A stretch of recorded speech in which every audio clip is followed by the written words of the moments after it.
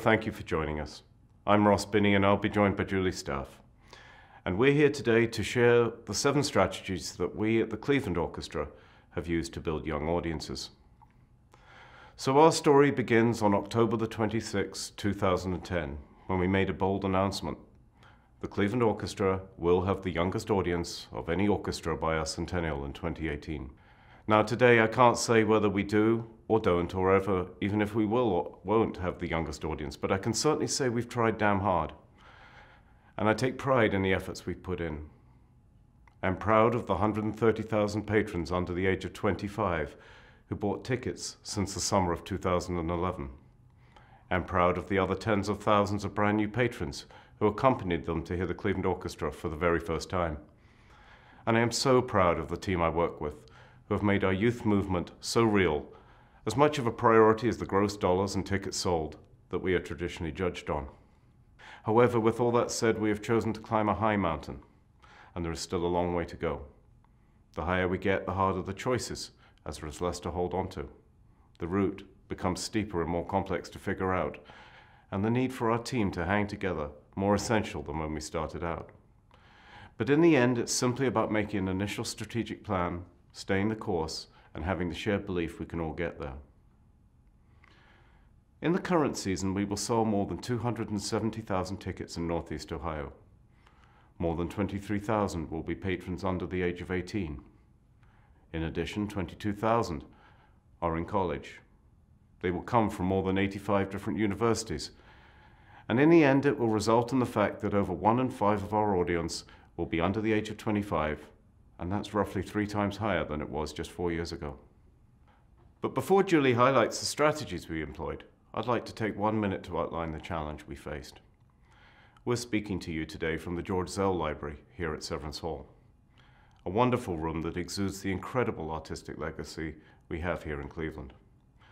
The Cleveland Orchestra is built on tradition, artistic pride in its excellence, a continuum of leadership with only 7 music directors, 8 orchestra managers, and 12 board presidents through the first 96 years of our history. We've been stable, built an audience that is as loyal and knowledgeable as anywhere in the country, and until recently had a solid subscription base. I would venture to say that the Cleveland Orchestra is a statistical outlier in our business. That is to say, in a market equivalent to that of Cleveland today, an orchestra of this size and quality should rarely survive. But survive, even thrive we do. And the most important reason for this is the people of Northeast Ohio care about our orchestra in our community like nothing I've ever witnessed in an arts audience anywhere else. When I arrived in 2010, the orchestra had developed one of the country's highest market penetration rates, one of the highest per capita giving bases, but perhaps the oldest audience in the country too. Just have a look at this chart for a second. It was just 8 seasons ago that 70% of our 110,000 seats were sold on subscription to our classical programs at Severance Hall. Today, while the audience is actually growing overall, subscription seats have dropped to less than 50% of the total across this short period of time. In 2010, the challenge of a declining subscription base was obvious enough. So too was an ever-aging audience. But if you add an economic downturn, the pace had become somewhat alarming. Therefore, we knew we had to do 2 things. Firstly, boost our single-ticket buying audience immediately, and secondly, build a wider portfolio of patrons that would sustain us for the long-haul future of our institution.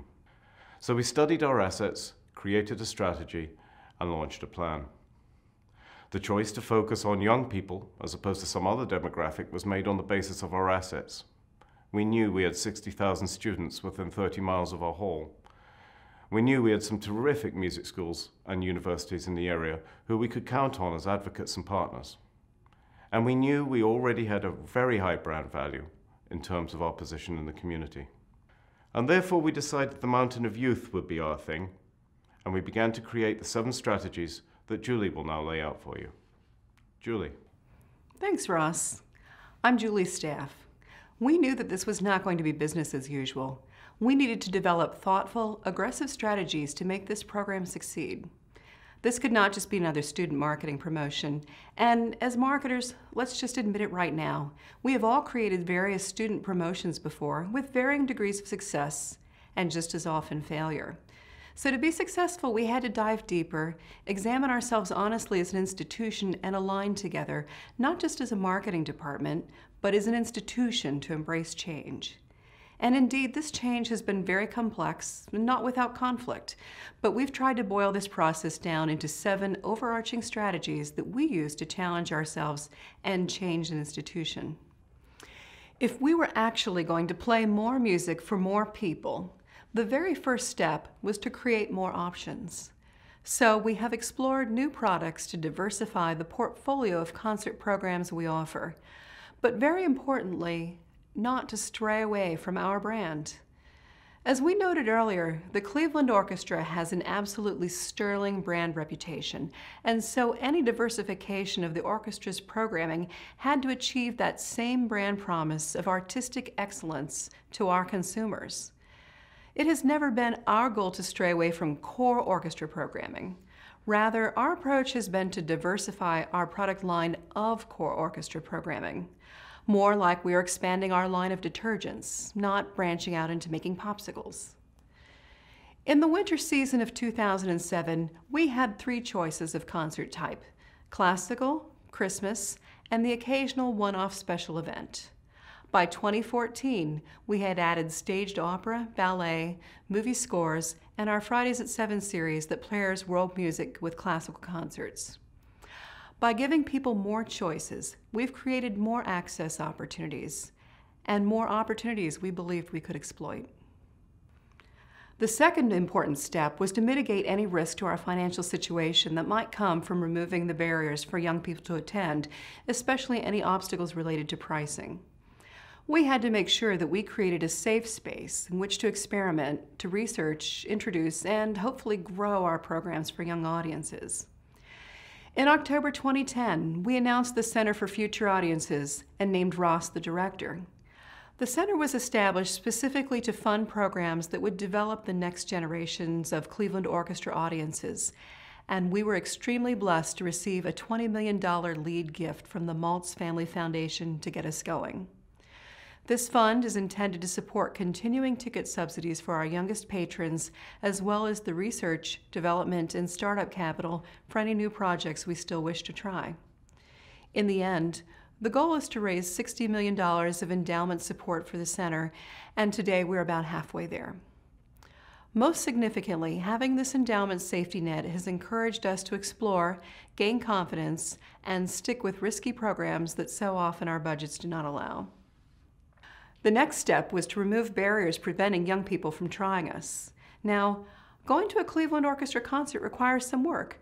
There are many deterrents to going to a concert, and frankly, there are some obstacles, such as parking, that we can't do much about.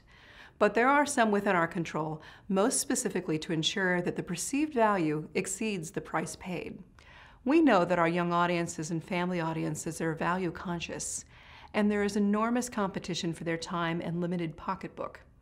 So we created 3 programs with the goal of giving these patrons a value proposition that they couldn't refuse.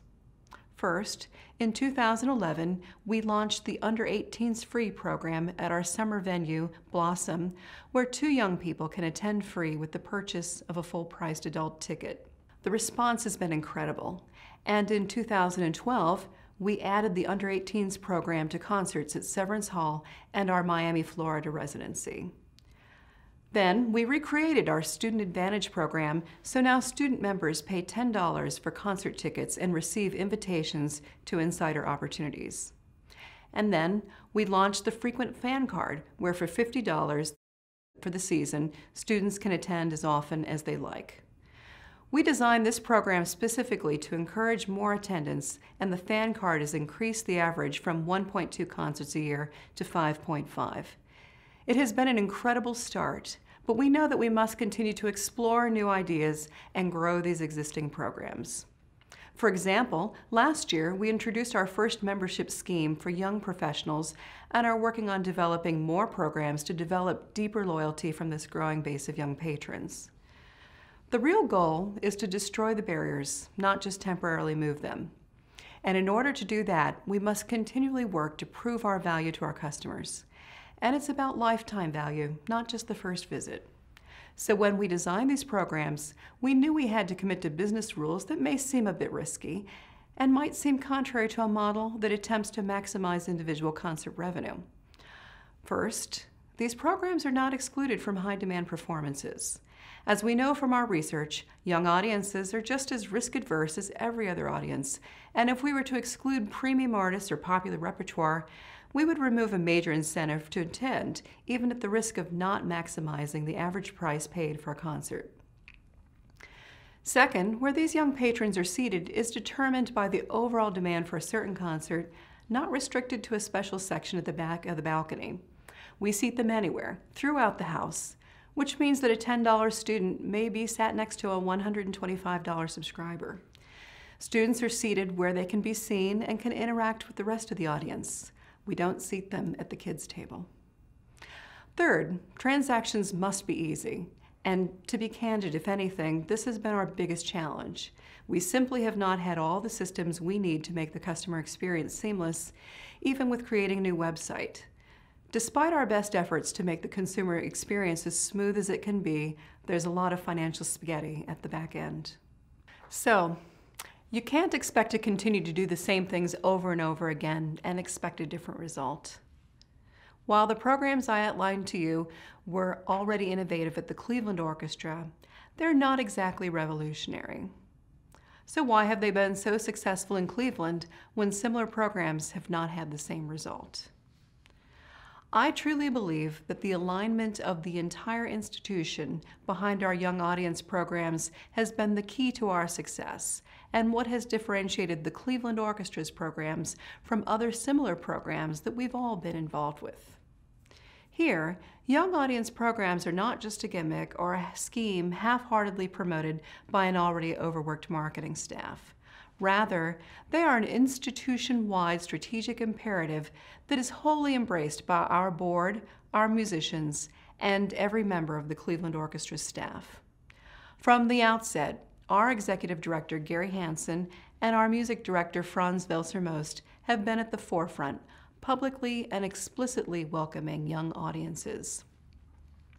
Our funders put their money where their mouth is and designated funding toward achieving these goals. Attendance by young audiences is a metric that our management team continuously monitors with the same focus as they do revenue and attendance goals. And in the marketing department, we keep score of wins and losses every week with the same transparency as a sports team. When I joined the staff of the Cleveland Orchestra, one of the very first conversations I had with Ross was that orchestras appeared to have a self-fulfilling prophecy. The media, the patrons, the musicians, everyone was talking about how old the audience was. And the more these conversations continued, the more our community was convincing itself that what we do was only for old people. So we needed to change the conversation. We had to talk about our orchestra in a way that was more compelling. Otherwise, the community would not actually believe that we were committed to growing younger. We had to do more than just sell tickets. We had to convince the community that the Cleveland Orchestra really was interested in welcoming anyone who wanted to come. The key to changing the conversation was to pound away on the simplest message possible. We really do want to have the youngest audience of any orchestra before our centennial in 2018. I believe I heard a few doubters out there. Idealistic, at best. Arrogant, perhaps. Absurd, most likely. But in the end, in its simplicity, this message has proven to be captivating, exciting, and inspiring to our community. The Cleveland Orchestra needed to get more communicated about the good we were trying to grow. This nearly century-old orchestra long had a reputation of being untouchable and exclusive. So our sixth strategy had to be that we had to come down from our ivory tower and be more approachable. We needed to put a human face to ourselves, to be honest and sincere, and to use every moment of contact to build a relationship with people first. The sale would come later. We began by massively growing our social media presence, and while we're in a smaller market than many and we don't have the most likes of any symphony orchestra, we have made sure that we have the most engaged fan base. We capitalized on any opportunities that show the orchestra in a different light, such as at our at-home neighborhood residencies, performances in local bars or grocery stores, or even in working with the Cleveland Cavaliers to either A, beg LeBron James to stay before he left us, or B, welcome him home when he returned. We have also assembled teams of brand advocates by creating a team of 25 student ambassadors, as well as a student marketing advisory committee, and formed a board for our young professionals. Finally, but most importantly, is simply a strategy of staying true to our brand throughout all of this change. We're most fortunate to have the musicians of the Cleveland Orchestra, who are an extraordinarily dedicated group.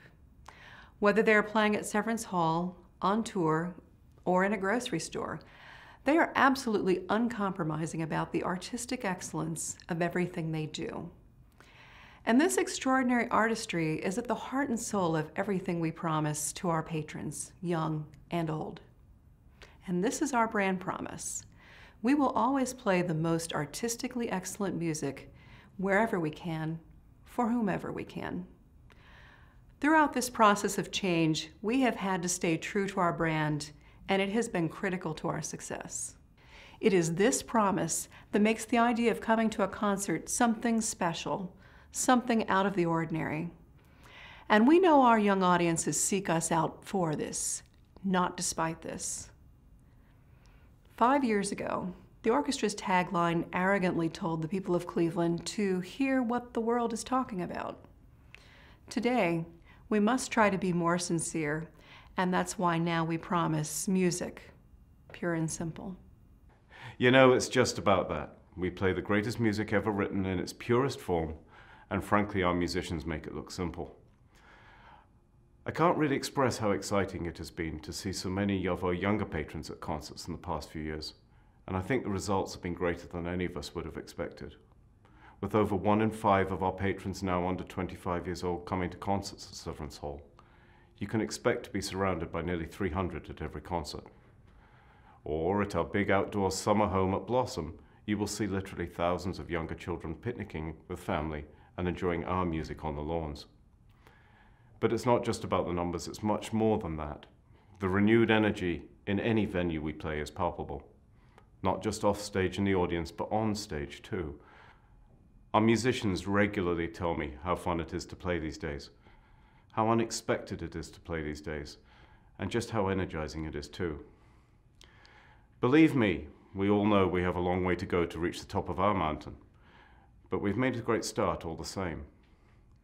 These days people ask me all the time how we've done it, and while I could wade through the 7 strategies we've outlined for you, I simply tell them this. As an organization, it's a labor of love that requires owning the trust of one kid at a time. As a department, it's about motivation and a lot of hard work. And for me personally, it's the fear of sitting across from a $20 million donor who simply asks, "So Ross, how's it going?" With that, all I've left to say is best wishes from all of us at the Cleveland Orchestra.